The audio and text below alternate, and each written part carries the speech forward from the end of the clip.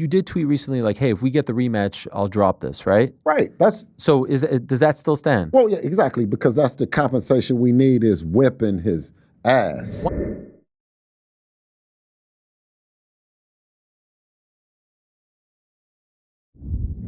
Oh man, so more boxing news. Listen, I'm going to be going to New York for the Shakur Stevenson versus William Zepeda press conference, or Berlanga versus Hamza Shiraz press conference. I'm not sure which one is the main event anymore, but I would be there for the press conference tomorrow. I'm leaving tonight, so I couldn't do my ShowBizz in the Morning podcast. I'm prepping for that and all those things. I just got to make sure that I'm ready for the Zone War Room when covering the press conference. But we do have some boxing news. First and foremost, Canelo Alvarez versus Terrence Bud Crawford. That fight was initially announced for September 12th, which is a Friday. And it seems as though they've moved it to September 13th, which is a Saturday. This X came out. It says, the Canelo Alvarez Terrence Crawford Ring Magazine Super Middleweight Championship fight, so it's going to be put on by Ring Magazine, will now take place on Saturday, September 13th, which, it's okay. That sounds good. Listen, I was fine with it on Friday because, the fights being on a weekday is a thing for me. Like, there's history there, and I think mega fights being on weekdays can really work out, but people are accustomed to Saturdays. All right, so I get it. Turkey Al-Sheikh tells the Ring's Mike Coppinger, the Riyadh season pay-per-view event could land in 5 potential locations across New York City, Los Angeles, or Las Vegas. Okay, so it's going to be in the States. All right, one of the big 3. That's great. All right. I think there's no fact here, and there should be no surprises except for the pay-per-view. I want to say this. There's been a lot of complaints about His Excellency Turkey Al-Sheikh and how much money he's losing. I don't know why that's a thing, but people are in his pockets. I'm just for the fights. Give me the fights, all right?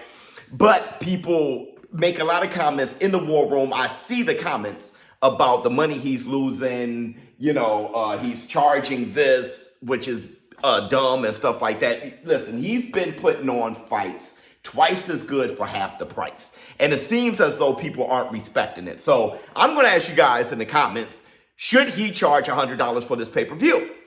Since it seems like we don't appreciate it or we don't respect it unless we're giving out a bunch of money, instead of him making it affordable, half the price, and people complain about it being very cheap, I wonder if it would actually make it. It sounds ridiculous because we want great things more affordable, but it seems like people complain. So I wonder if the fight should be on pay-per-view for honey.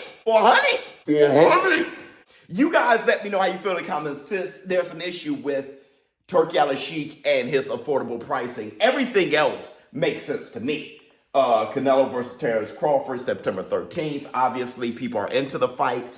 There's a lot of buzz about this fight. Everybody's excited, especially after the stare down, and you saw how close Terrence Crawford was physically to Canelo Alvarez's size and stuff like that. People are actually starting to lean more towards Crawford than before after William Skull played tag and was able, though, to move about with Canelo without Canelo stringing together punches on him.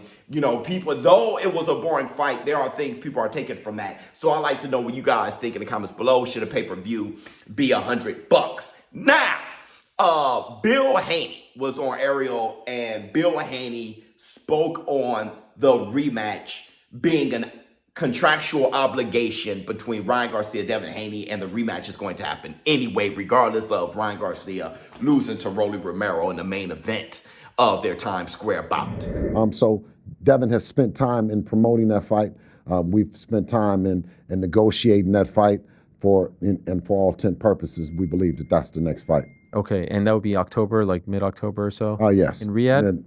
Mid-October in Riyadh. Listen, that is just one of those fights that people want to see, regardless. All right, win, lose, or draw, or how bad or how boring the Haney and Ramirez fight was supposedly, and how bad and Ryan Garcia looked against Rolly Romero. There's questions about if Ryan Garcia looked that bad because he was no longer on Osterine, right? And Rolly Romero outboxed him for 12. So what you think, Devin, the American Dream, Haney gonna do to Ryan Garcia?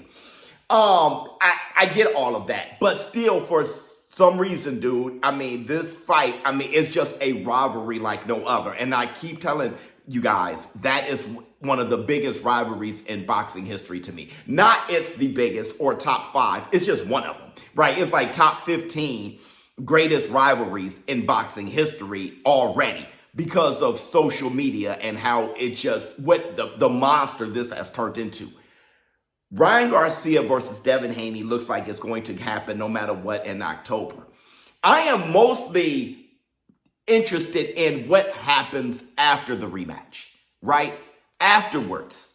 Okay, so if Devin Haney were to win, would there be a trilogy? If Ryan Garcia wins, how does Devin Haney move forward? How does Ryan Garcia move forward? Do they stay at 147? Listen.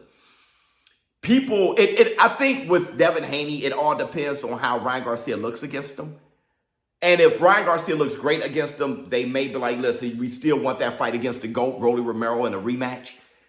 My biggest interest is, will they actually be fighting welterweights at 147? Or will they be just fighting guys moving up? Will they be welterweights actually campaigning at welterweight, fighting the Brian Norman Jr.'s, fighting the Jerron Boots Ennis's of the world, fighting real 147, Mario Barrios. Manny Pacquiao is going to fight Mario Barrios, which is a whole nother monster. What happens there? Okay, will they fight the winner between those? Are they going to try to unify, become undisputed? Or is it really they're only going to be effective against their own class? Everybody who came up with them, Teofimo Lopez, Devin Haney, Ryan Garcia, Rolly Romero, it's Shakur Stevenson. Shakur Stevenson is getting bigger. Okay, pause. I think he's already toying with the idea of 140. Tank Davis looks like he can't go above 135. All right, that's what he's been saying. That's what his fanboy's been saying. So I'm just saying, are they just going to fight amongst each other, but at 147, or are they going to actually campaign at 147? But let me know how you feel in the comments below. ShowBizz for dope. I'm out.